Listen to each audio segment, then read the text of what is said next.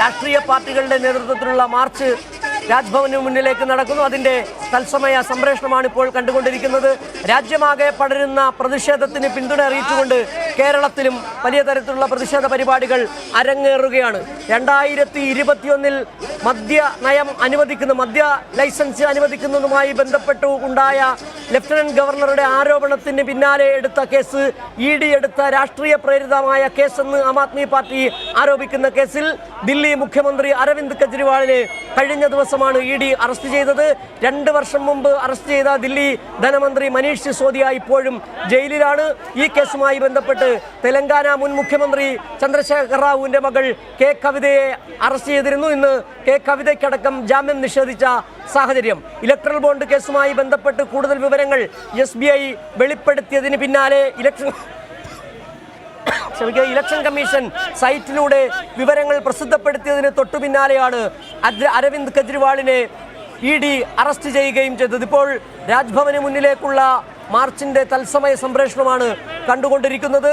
രാജ്യ തലസ്ഥാനത്ത് ഉയരുന്ന പ്രതിഷേധത്തിന് പിന്നാലെ അതിന് പിന്തുണ അറിയിച്ചുകൊണ്ട് സംസ്ഥാന തലസ്ഥാനത്ത് രാജ്ഭവന് മുന്നിലേക്ക് പ്രതിഷേധ മാർച്ച് നടക്കുകയാണ്. ഇപ്പോൾ വിവരങ്ങളുമായി ഷീജ തിരുവനന്തപുരത്ത് നിന്ന് ചേരുന്നു. ഷീജ, ഇന്നലെ രാത്രി തന്നെ ഡിവൈഎഫ്ഐയുടെ നേതൃത്വത്തിൽ വലിയ തരത്തിലുള്ള പ്രതിഷേധ പരിപാടികൾ, ഇന്ന് CPM സംസ്ഥാന സെക്രട്ടറി MV ഗോവിന്ദൻ മാസ്റ്ററുടെ നേതൃത്വത്തിൽ കണ്ണൂരിലടക്കം നടത്തിയ വലിയ പ്രതിഷേധ പരിപാടികൾ, സംസ്ഥാനത്ത് എല്ലായിടത്തും പ്രതിഷേധ പരിപാടികൾ അരങ്ങേറുകയാണ്. ഇപ്പോൾ രാജ്ഭവൻ മാർച്ചിൽ നിരവധി രാഷ്ട്രീയ പാർട്ടി നേതാക്കൾ പങ്കെടുക്കുന്നുണ്ട്. അവിടെ നൽകാൻ കഴിയുന്ന വിവരങ്ങൾ എന്താണ്?